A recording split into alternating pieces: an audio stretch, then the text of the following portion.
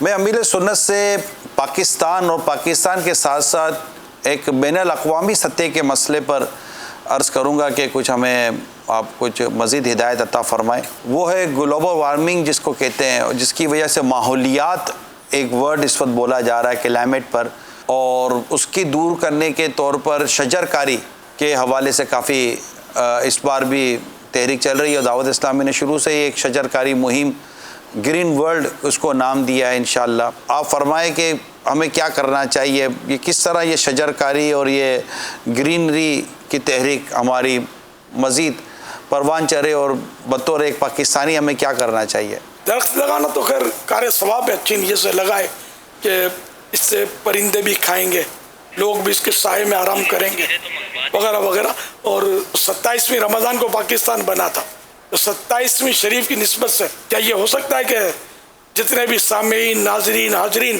جو بھی ہوں، یہ اپنے ذمے لے لے کہ میں انشاءاللہ 27 درخت لگاؤں گا؟ یہ بڑا زبردست امیر اہل سنت نے گویا ہدف ہمیں ٹارگٹ دیا، each and every Pakistani try to شجر کاری کرنی ہے۔ ہمیں 27 ٹریز اگر ہر پاکستانی یہ ہدف لے لے تو انشاءاللہ، اور پوری دنیا میں پاکستانی موجود ہیں تو پوری دنیا میں اگر لگائیں گے تو گرین ورلڈ کا جو ہمارا ایک نعرہ ہے، تو انشاءاللہ یہ اچھی نیتوں کے ساتھ جائز طریقے سے لگائیں گے تو انشاءاللہ ہمارے لیے صدقہ جاریہ بھی ہو جائے گا انشاءاللہ۔ جو دوسرے ملکوں میں رہتے ہیں بھلے اپنے اپنے یہاں، آپ بھی لگائیں 27 درخت۔ یہ بابا انٹرنیشنل پرابلم ہوگا نا، یہ جو گلوبل انٹرنیشنل پرابلم ہے، پورا ورلڈ وائڈ ہے۔ بہت زیادہ ضرورت ہے پاکستان کو، تو بھی بہت زیادہ ضرورت ہے شجر کاری کی۔ اس وجہ سے یہاں پر بھی ہو رہا ہے، دنیا بھر میں تو بہت ساری اس طرح کی کیمپینز چلی ہیں اور لاکھوں نہیں بلکہ کروڑوں درخت لگے ہیں، ایک سال کے اندر اتنے سارے درخت لگتے ہیں۔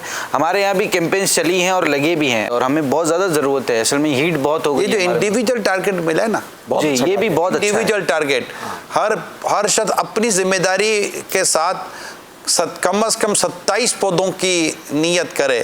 اس میں یہ نیت کر رکھ سکتے ہیں کہ جیسے اہل بیت اطہار، امام حسین رضی اللہ تعالیٰ عنہ، آپ کے شہزادگان، دیگر شہدائے کربلا، خلفائے راشدین، ائمہ مجتہدین، ان سب کے ایصال ثواب کے لیے پودے لگائے جائیں۔ ذوالحجہ کا مہینہ حضرت ابراہیم علیہ السلام، حضرت اسماعیل علیہ السلام، ان سب کے بارگاہ میں ثواب حاضر کرنے کی نیت سے بھی پودے لگائے جائیں۔